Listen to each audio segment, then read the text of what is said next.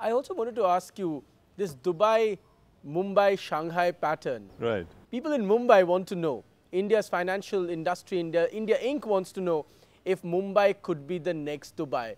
Positively and negatively, because from what I understand, there are two connotations. Will Mumbai be the next Dubai in terms of rebuilding itself as the next big financial hub? And could Mumbai be as fragile as Dubai in some senses? Are there hidden sort of woes there which are not apparent immediately but might suddenly strike us? Can Well, both I think those two things Mumbai happen? and Shanghai are very different from Dubai because simply because the base on which they are built is much broader and much more diversified, and they sit on real economies, not on a kind of a property-built city in the desert. So I think it's quite different. But what I think the important takeaway from Dubai is, for Mumbai and even for Shanghai, is that because of this large inflow of capital that's now coming in, looking for quick return, the Indian authorities and the Chinese authorities have to be very careful with the bubbles, asset bubbles that might be forming. And therefore, I think action that will prick some of these bubbles before they form will be very, very important.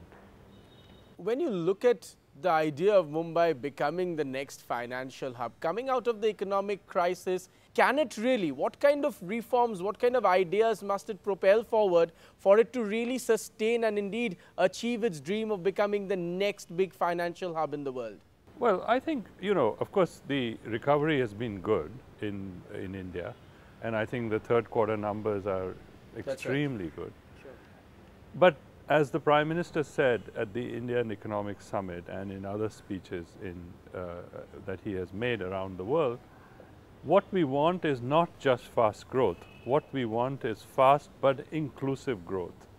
And there, I think his ideas on financial sector reforms for more financial inclusion are very important.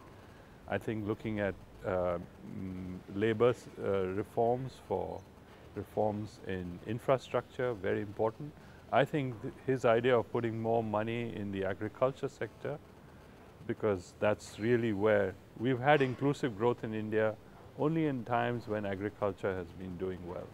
So all these actions, the directions in which the Prime Minister is laying out his policies are the right directions, and those will help build a sustainable Mumbai. Critics, of course, believe that in India, the only times you've had inclusive growth is when the people who have money have included each other.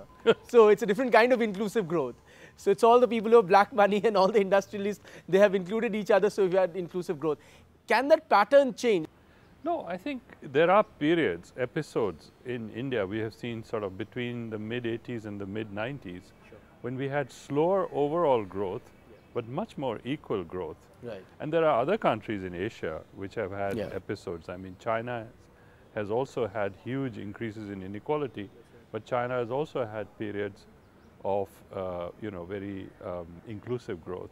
And now I think what the interesting one is Brazil, where Brazil, with very large inequality, actually has been able to have a huge dent on poverty, not so much with very high growth, but actually with much more inclusive growth. So pattern worldwide, I think, is in this direction. And it's not some sort of mystery on how this has to be done. I think having good social protection schemes, having good social assistance programs, having programs on conditional cash transfers in addition to NREGA, I'm not saying in lieu of NREGA, but in addition to NREGA, would actually be also helping with this sort of inclusive approach. But the key, I think, is getting also more growth going in the agriculture sector in the rural areas, where such a large mass of people of poverty really lies. So a combination of these things is really needed. There's no one quick fix solution to getting more inclusive growth. A few months ago, Jeff Sachs was on the show, and he spoke about how he believes that there are, even as we speak, there are asset bubbles being created in Asia. Oh, yeah. Do you see that? Oh, yeah, absolutely. And what kind of countries, what kind of asset bubbles are being created in Asia, even as the recovery fast paces itself across the region? No, I mean, as I said earlier, the love-shaped sort of metaphor that I used There's a very large amount of capital that's flowing into Asia at this point, looking for a quick return. And dollar carry trade is very important because, you know, interest rates in the US are at very low levels. So a very large part of that capital is now moving into Asia, looking for a quick return. And so property markets, property bubbles are forming, equity markets, huge bubbles are forming in the equity market. So, you know, you asset bubbles everywhere, going into commodities in a major way. So I think, you know, I think on that he is absolutely right. And therefore, capital management techniques become very important.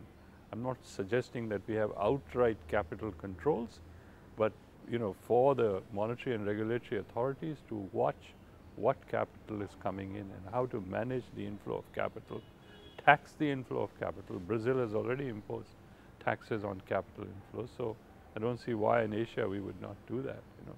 So essentially, even in economics, finally, Ajay Chhibber, love conquers all. Love conquers all.